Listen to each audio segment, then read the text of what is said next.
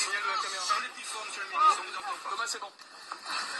Hier soir, notre dernier contact avec le tueur nous a révélé son extrême dangerosité.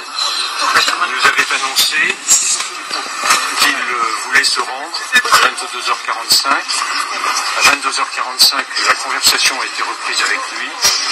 Il a indiqué qu'il ne se rendrait pas et qu'il ne se laisserait pas faire, que s'il était pris, il tuerait les policiers. Ce matin, la décision a été prise de tenter de l'interpeller. À 10h30, des grenades ont été envoyées, comme d'autres l'avaient été précédemment dans la nuit, dans l'appartement qu'il occupait. Aucune réaction ne s'est manifestée. Les fonctionnaires du RAID ont alors entrepris d'entrer dans l'appartement. D'entrer par la porte, en enlevant la porte d'abord, d'entrer aussi par les fenêtres, dont les volets avaient été enlevés cette nuit. Les moyens techniques ont alors été introduits. Nous connaissions la dangerosité, la menace du tueur. Les moyens techniques de vidéo ont été introduits pour inspecter les différentes pièces de l'appartement. Sur la façade, aucune présence n'a été décelée. L'inspection des toilettes n'a révélé non plus aucune présence. Il restait la salle de bain.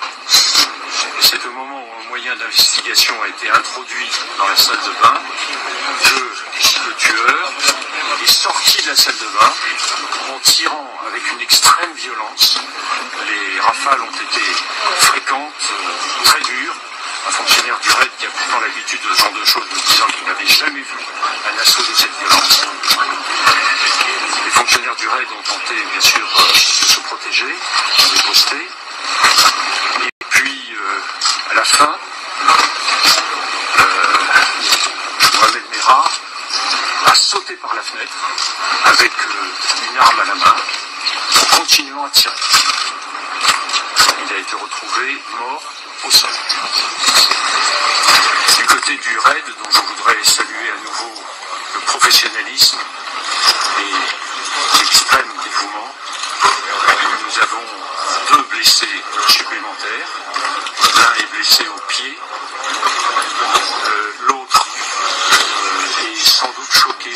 En tout cas, le médecin n'a pas non plus d'inquiétude en ce qui nous concerne. Je voudrais aussi, à cet instant, rendre hommage à tous les services de police qui ont été engagés dans cette affaire, à l'enquête exemplaire qui a été conduite sous l'autorité du parquet. C'est en effet en peu de temps que les différents services ont réussi à identifier le tueur, dont chacun sait qu'il était sur un cheminement criminel supplémentaire déjà programmé, et par conséquent à soulager la population de Toulouse.